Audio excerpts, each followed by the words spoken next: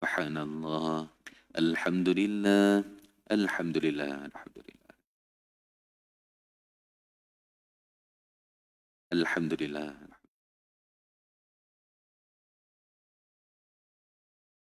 Alhamdulillah.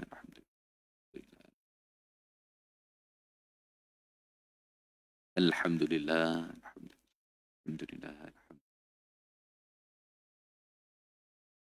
Alhamdulillah. Allahu Akbar. Allahu Akbar. Allahu Akbar. Allahu Akbar. Allahu Akbar.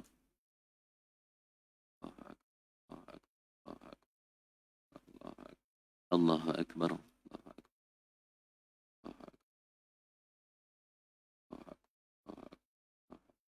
Allahu Akbar.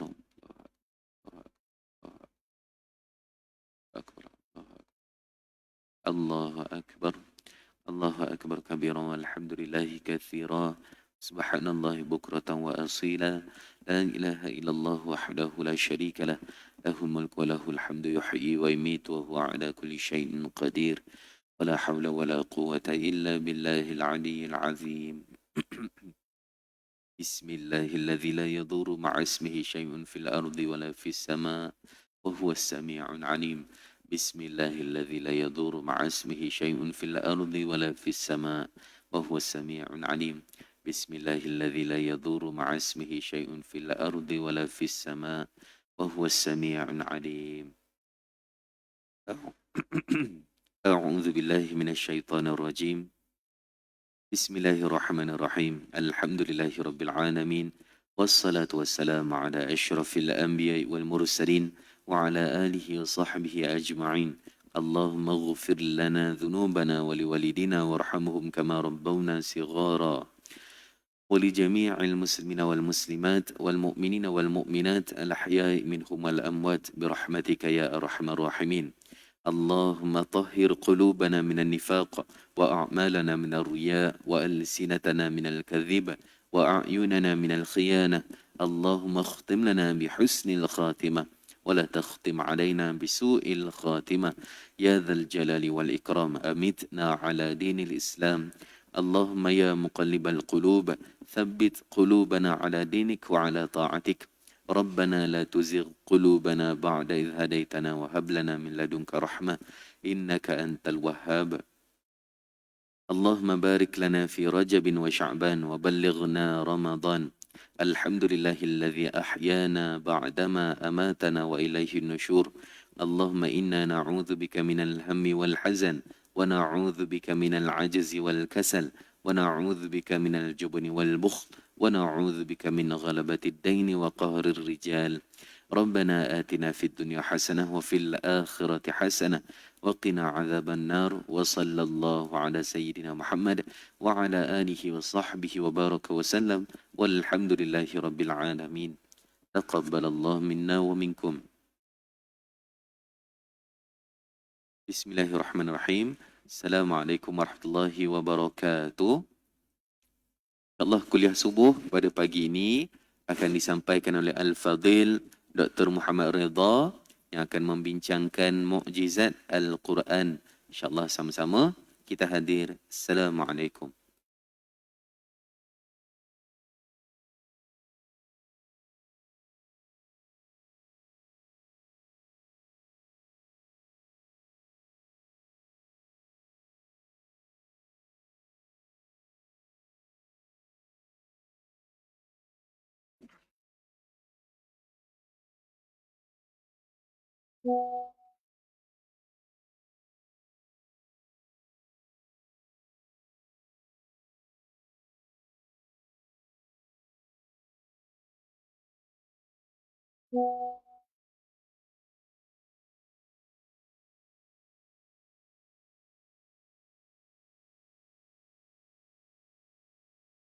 Bismillahirrahmanirrahim. Assalamualaikum warahmatullahi wabarakatuh.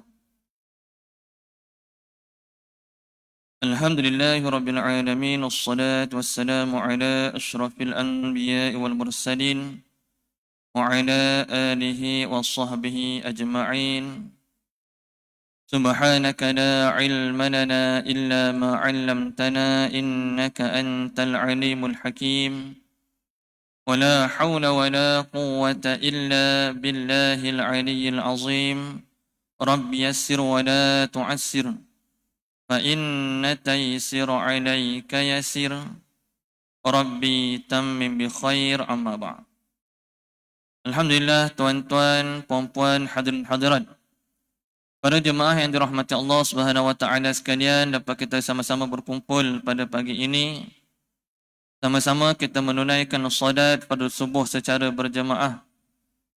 Kita menunaikan tanggungjawab kita kepada Allah Subhanahu wa taala sebagai seorang hamba-Nya, dan alhamdulillah kita dapat bersama-sama memenuhi masa kita dengan perkara yang bermanfaat. Bersama-sama kita berada dalam majlis ilmu, mudah-mudahan ilmu yang kita perolehi pada setiap hari memberi manfaat dalam kehidupan kita, insya-Allah. Jadi pada pagi ini tuan-tuan, saya ingin berkongsi berkaitan dengan kelebihan dan juga fadilat suratul Mulk. Kelebihan surah Al-Mulk, yang mana biasa dijadikan amalan di Malaysia ini. Ramai dalam kalangan kita yang mengamalkan ataupun istiqamah membaca surah Al-Mulk. Ini biasa para penceramah sebutkan supaya kita amalkan. Ada ustaz-ustaz sebut supaya kita amalkan surah Al-Mulk. Jadi pada pagi ini saya ingin berkongsi beberapa hadis kelebihan surah Al-Mulk yang biasa kita ceritakan dijauhi daripada azab kubur. Maknanya kita terselamat ataupun terhalang. Jadi pada pagi ini saya akan share ataupun kongsi beberapa hadis. Jadi mudah-mudahan dapat kita sama-sama istiqamah ataupun mengamalkan membaca surah Al-Mulk ini pada setiap hari, insya-Allah, tuan-tuan.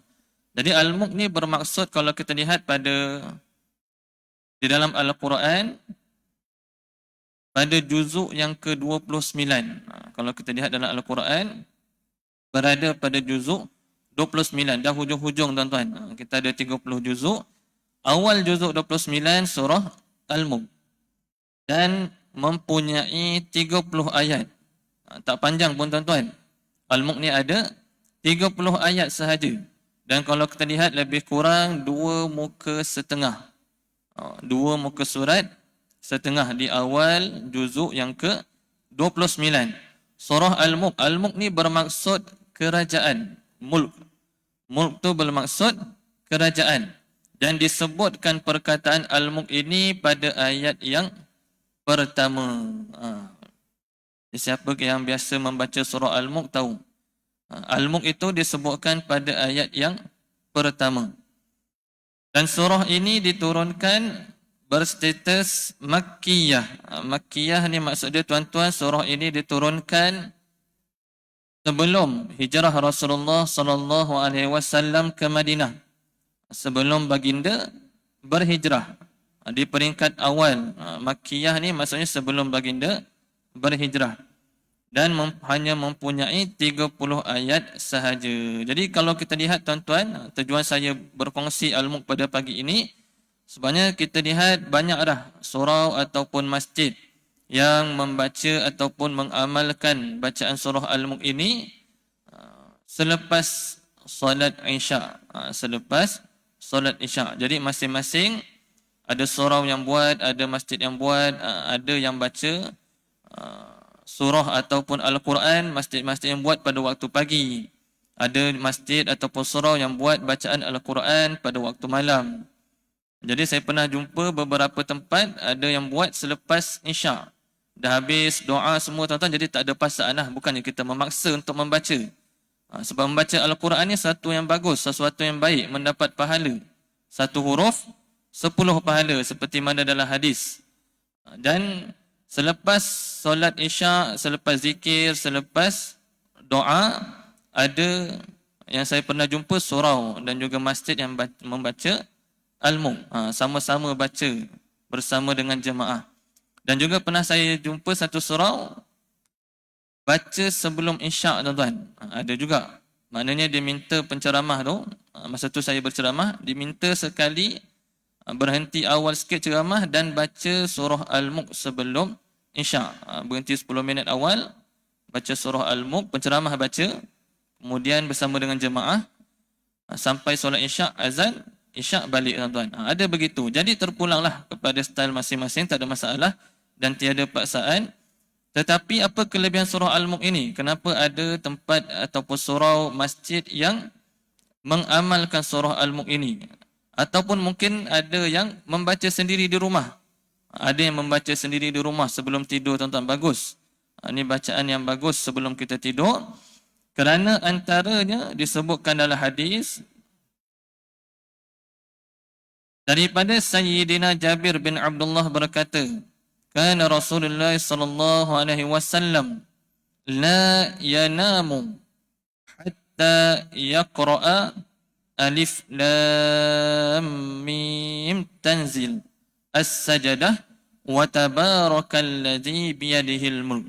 Yang bermaksud Rasulullah sallallahu alaihi wasallam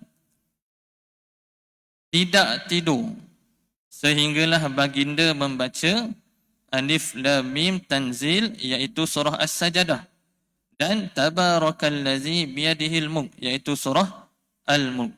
Maknanya tuan-tuan, ini adalah surah ini adalah rutin bacaan baginda pada setiap malam. Kullu lailah, setiap malam tuan-tuan baginda membaca Al-Mulk. Salah satulah, ada lagi dalam hadis-hadis yang lain baginda membaca surah-surah yang lain kalau kita lihat. Tapi sekarang ni kita cerita surah Al-Mulk. Dalam hadis ni sekaligus disebutkan dua. Yang pertama Nabi baca surah As-Sajdah. Yang kedua Nabi baca surah Al-Mulk. Tuan-tuan boleh lihat dalam hadis-hadis apa yang Nabi biasa baca pada setiap hadis kita boleh ikut. Untuk amalan kita, untuk amalan harian kita. Jadi apabila baginda membiasakan sesuatu amalan ataupun membiasakan sesuatu bacaan surah ini, ia menunjukkan surah itu mempunyai fadilat ataupun kelebihan ataupun rahsia pada amalan tersebut. Fadilat pada surah tersebut. Baginda baca sebelum tidur tuan-tuan. Apatah lagi kita sepatutnya baca juga Al-Quran. Kalau tak baca Al-Mulk pun tuan-tuan, bacalah surah-surah yang lain. Kalau baca Al-Mulk, kita mencontohi mengikuti amalan baginda. Kalau kita tak baca Al-Mulk, bacalah surah yang lain ataupun tuan-tuan, bacalah zikir-zikir yang lain. Jangan sebelum kita tidur tu, baca handphone je tuan-tuan. Baca Facebook, baca WhatsApp tuan-tuan, lepas tu tidur. Kalau kita lihat, banyak hadis yang Nabi kongsikan amalan-amalan yang baik untuk kita baca daripada surah-surah di dalam Al-Quran. Jadi boleh cuba amalkan tuan-tuan. Satu, Nabi baca As-Sajdah sebelum tidur. Yang kedua, Nabi baca Al-Mulk sebelum tidur. Di samping As-Sajdah tu, kalau dalam hadis yang lain, Nabi baca As-Sajdah pada solat subuh pagi Jumaat. Sebab tu kita amalkan. Sebab tu kita amalkan membaca surah As-Sajdah pada pagi subuh Jumaat. Sebab itu berada dalam hadis pagi subuh Jumaat. Sebab itu berada dalam hadis yang lain. Nabi amalkan, maka kita ikut. Begitu juga Nabi baca As-Sajdah sebelum tidur. Ini salah satu hadis tuan-tuan. Supaya menggalakkan kita membaca Al-Mulk sebelum tidur. Ramai dah tuan-tuan yang saya jumpa, memang dia baca Al-Mulk sebelum tidur. Amalan kebiasaan sebelum kita tidur. Maka kita menutup hari kita dengan perkara yang baik. Kita menutup hari kita sebelum kita tidur tuan-tuan dengan bacaan Al-Quran. Sebab kita tak tahu. Kita tak tahu bilakah kita akan meninggal dunia. Tahu-tahu tuan-tuan esok dah tak bangun dah kita. Subuh dah tak sempat dah kita pergi esok tuan-tuan. Jadi pastikan kita tutup hidup kita pada malam itu dengan perkara yang baik. Yang kedua dalam hadis yang lain berkaitan dengan syafaat. Di samping kepada penyelamat daripada azab kubur tu, saya akan bacakan hadis dia panjang, saya bacakan hadis-hadis yang pendek dulu. Antaranya adalah memberi syafaat. Surah Al-Mulk memberi syafaat kepada orang-orang yang membacanya. Daripada Sayyidina Abu Hurairah, Nabi Muhammad sallallahu alaihi wasallam bersabda, "Inna suratan minal Qur'an 30 ayah syafa'at li rajulin hatta ghufira lahu wa hiya tabarakallazi biyadihil mulk." Yang bermaksud, sesungguhnya ada satu surah daripada Al-Quran yang mengandungi 30 ayat. 30 ayat. 30 ayat. Kalau kita lihat, juzuk 29, awal surah Al-Mulk. Al-Mulk mempunyai 30 ayat. Dalam hadis tersebut, 30 ayat. Syafa'at lirajulin. Surah ini akan memberi syafaat. Surah Al-Mulk ini akan memberi syafaat, iaitu pertolongan kepada kita, tuan-tuan. Siapa yang baca Al-Mulk, dia akan diberikan syafaat ataupun pertolongan kepada seseorang itu, iaitu orang yang membaca, sehinggalah orang tersebut diampunkan. Diberikan keampunan, tuan-tuan. Pertolongan dapat, syafaat dapat, malah diampunkan lagi bagi sesiapa yang membaca suratul Mulk. Dalam hadis ini sebut syafaat, memberi syafaat, memberi pertolongan. Sebab membaca Al-Quran ni, tuan-tuan, kalau dalam hadis yang lain,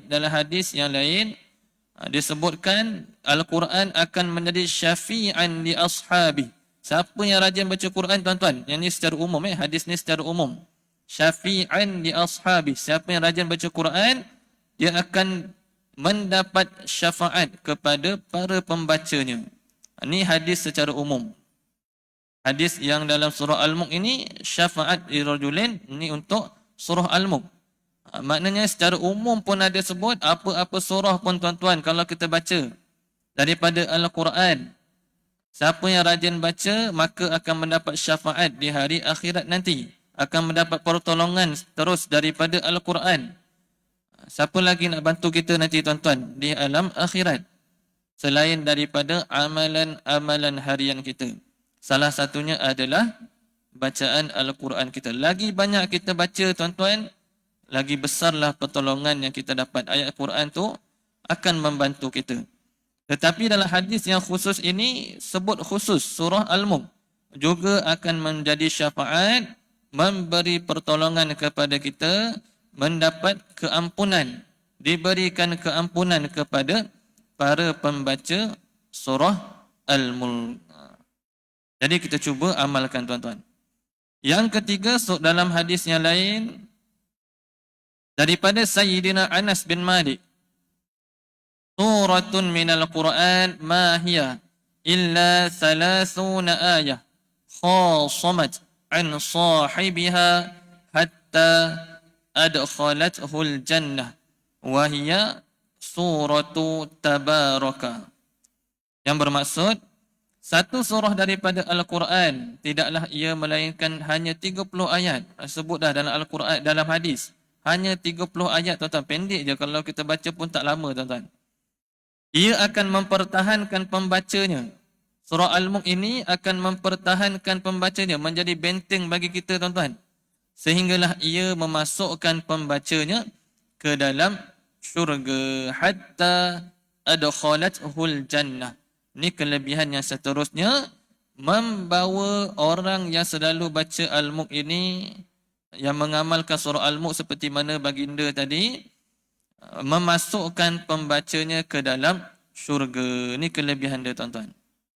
Di samping dapat syafaat pertolongan tadi, diampunkan pula dosa, tuan-tuan, kemudian dimasukkan pula ke dalam syurga, tak lain tak bukan, wahia suratu Tabaraka. Ia adalah surah Tabarak. Tabarak ni adalah surah Al-Mulk. Banyak kelebihan, tuan-tuan, ya. Dapat pertolongan, dapat syafaat, diampunkan dosa dan juga dimasukkan ke dalam syurga. Dalam hadis yang lain, yang ini adalah yang biasa kita dengar daripada para penceramah berkaitan dengan penyelamat daripada azab kubur. Penyelamat daripada azab kubur. Hadis dia panjang sikit. Daripada Sayyidina Ibnu Mas'ud berkata, Abdullah bin Mas'ud, yu'tar rajulu fi qabrihi fatu'ta rijlahu. Didatangi seorang lelaki dalam kuburnya, lalu didatanginya kedua-dua kakinya. Seorang lelaki tu tuan-tuan dah masuk dah dalam kubur ni. Ini kita cerita berkaitan dengan azab kubur ya. Yang biasa kita dengar surah Al-Mulk, penyelamat daripada azab kubur. Yu'tar rajulu fi qabrihi, didatangi seorang lelaki dalam kuburnya. Fatu'ta rijlahu. Kemudian datang pada lelaki tu yang dalam kubur tu tuan-tuan, didatangi pada kaki dia. Kaki kita. Fataqulu rijlahu. Lalu kedua-dua kakinya berkata. Nanti dah meninggal dunia nanti tuan-tuan, kita dah tak dapat dah nak cakap. Dalam surah Yasin pun ada sebut kan. Nanti bukan kita yang berkata-kata, bukan kita yang mempertahankan diri kita, bukan mulut kita, tapi anggota kita sendiri yang akan jawab. Anggota kita sendiri yang akan bagi tahu apa yang kita buat. Kaki kita pergi ke mana, tangan kita buat apa tuan-tuan dekat dunia ni. Ni alam akhirat nanti macam tu lah. Kita tak dapat nak mempertahankan diri kita, anggota kita sendiri yang akan jawab. Lalu apabila didatangi pada kedua kakinya berkata, laisa lakum ala ma qibali sabil kana yaqumu yaqra'u bi suratul mulk. Tidak ada jalan untuk kamu melalui arahku. Dia pernah qiyam, pernah berdiri dan membacakan surah Al-Mulk untukku. Jadi kaki tu jawab tuan-tuan, bila nak diazab lelaki ni pada belah kaki, didatangi pada belah kaki, kaki tu jawab, tak ada arah ataupun tak ada jalan untuk kamu mengazab melalui kaki aku, dia kata. Kaki tu sendiri jawab. Sebabnya lelaki ini, orang ini pernah membaca, pernah berdiri, kaki ya, pernah berdiri membaca surah Al-Mulk. Orang ini pernah berdiri, pernah qiyam untuk membaca surah Al-Mulk. Maknanya tuan-tuan, kaki itu sendiri akan menjadi saksi kepada perbuatan kita di dunia nanti. Apa yang kita buat tuan-tuan dengan kaki kita, dengan nikmat yang Allah berikan kepada kita. Kaki akan jawab. Kalau kita baca surah Al-Mulk selalu tuan-tuan, kaki kata tak ada jalan untuk kamu mengazab daripada belah kaki. Tak boleh. Sebab dulu lelaki ini berdiri membaca surah Al-Mulk. Maknanya dalam solat dia lah tuan-tuan. Dia diri dalam solat dia baca surah Al-Mulk.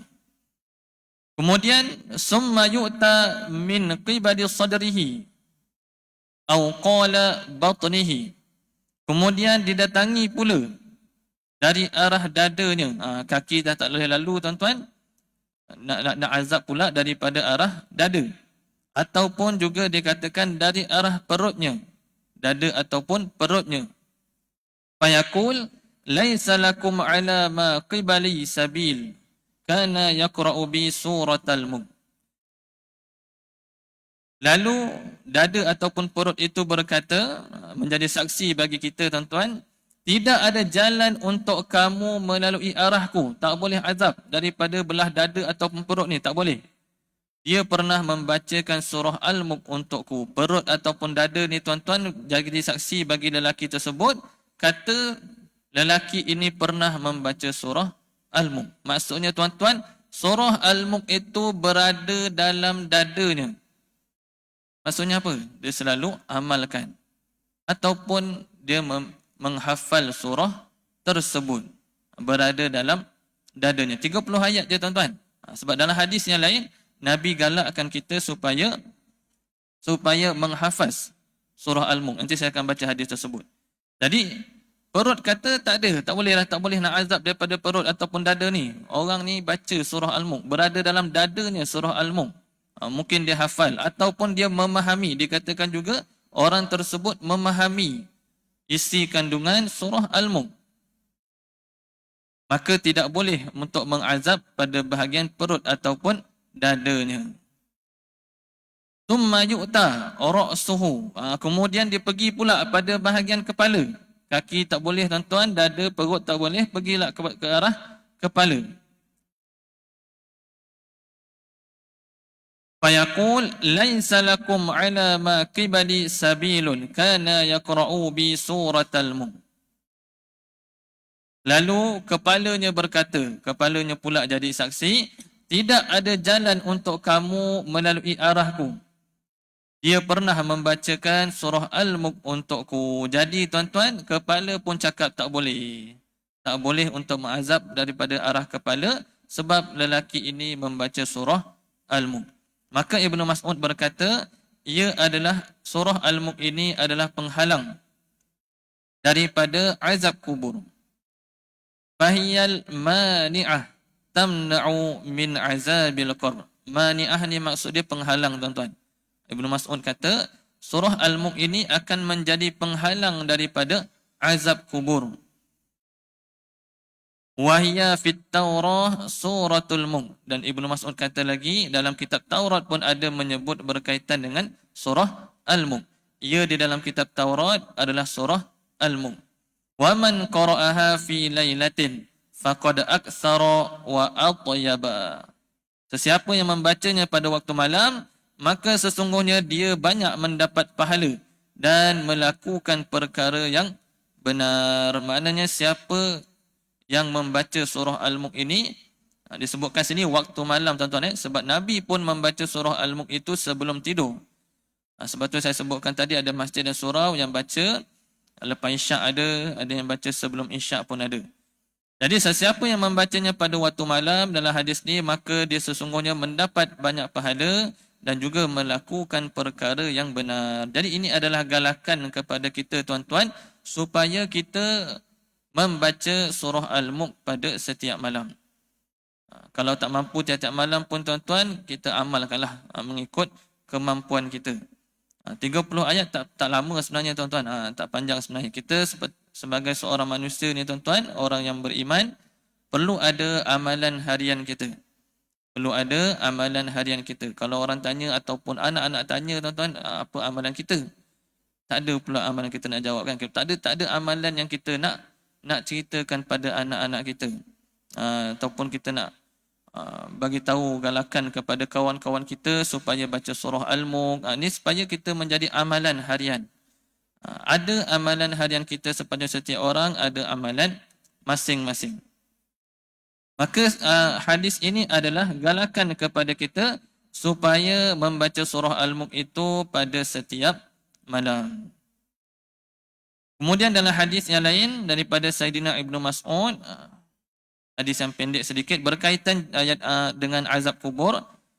Sayyidina Ibnu Mas'ud berkata, "Man qara'a tabarakalladzi biyadihil mulk." Sesiapa yang membaca surah ini, surah Al-Mulk, tabarakalladzi biyadihil mulk, kullu lailatin, pada setiap malam, mana'ahu Allahu biha min azabil qabr. Wa kunna fi ahdi Rasulillah sallallahu alaihi wasallam nusammiha al-mani'ah. Kami pernah, siapa yang membacanya pada setiap malam, Allah akan menghalangnya daripada azab kubur. Kami pernah menamakannya pada masa Rasulullah sallallahu alaihi wasallam dengan al-mani'ah. Juga dinamakan dengan al-mani'ah. Al-mani'ah ni maksudnya penghalang.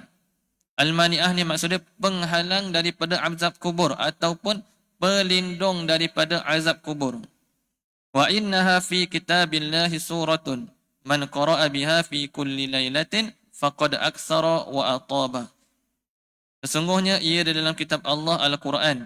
Sesiapa yang membacanya pada setiap malam, maka sesungguhnya dia mendapat pahala dan melakukan perkara yang benar. Jadi tuan-tuan, ini sebenarnya adalah salah satu daripada apa yang Rasulullah sallallahu alaihi wasallam ajarkan kepada kita, wariskan kepada kita. Rasulullah mewariskan Al-Quran dan juga hadis. Jadi salah satu yang Nabi ajar kepada umatnya, ni yang kita nak sebutkan. Dalam banyak-banyak hadis ni, Nabi ajar kepada kita supaya baca Al-Mulk. Ni Nabi ajar ni sebenarnya tuan-tuan. Nabi ajar kepada umatnya untuk membaca surah Al-Mulk. Sebab tu daripada sahabat pun sebut begitu. Daripada Nabi sendiri mengamalkannya pada setiap malam. Nabi ajar kepada umat dia supaya baca Al-Mulk untuk mengelak daripada azab kubur. Nabi dah ajar kepada kita tuan-tuan. Apa lagi kita nak buat? Kita amalkanlah. Kita baca.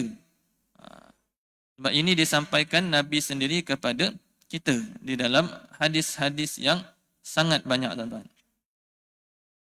Dan Nabi sebutkan lagi pada hadis yang lain. Apabila kita ingat kepada azab kubur tuan-tuan, sebenarnya mengingatkan juga kita kepada kematian. Mengingatkan juga kita kepada kematian. Kita tak tahu tuan-tuan bila kita akan meninggal dunia. Ulama kata apabila kita nak lihat apa kita punya darjat di sisi Allah Subhanahu Wa Taala, bagaimana kita punya tahap di sisi Allah Subhanahu Wa Taala, ulama kata fanzur ma asyghalak. Maknanya lihatlah kepada apa yang Allah sibukkan kita pada setiap hari. Apa yang kita buat tuan-tuan pada setiap hari. Itulah kita punya tahap di sisi Allah Subhanahu Wa Taala. Adakah kita tiap-tiap hari macam tuan-tuan datang subuh ni tuan-tuan satu perkara yang sangat baik. Itulah sisi kita punya tahap darjat di sisi Allah. Tuan-tuan datang subuh, alhamdulillah tuan-tuan. Sebab antaranya kelebihan datang subuh, kelebihan datang isyak tuan-tuan adalah merupakan kelebihannya terhindar daripada sifat-sifat orang munafik. Orang munafik tuan-tuan dia tak pergi isyak, tak pergi subuh. Sebabnya zaman dulu lah, zaman dulu tak ada lampu-lampu terang-terang macam ni tuan-tuan. Masjid besar-besar gah ni tak ada. Jadi zaman dulu gelap.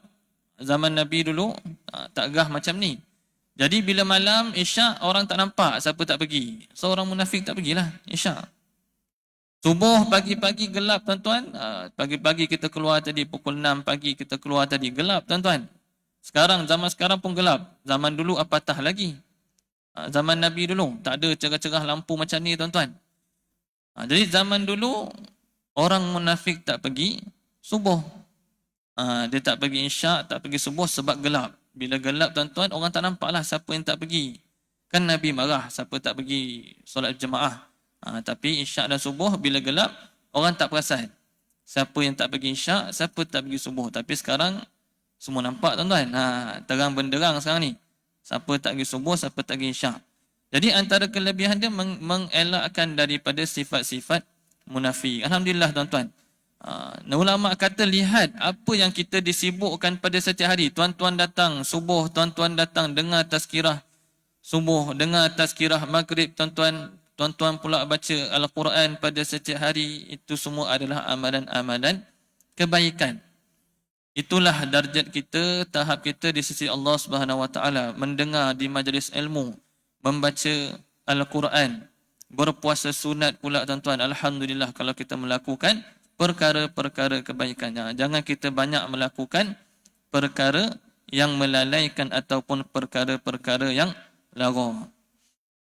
Apabila kita banyak mengingati kematian, sebab surah Al-Mulk ini mengelakkan kita, menghalang kita daripada azab kubur tuan-tuan, sebab kita risau.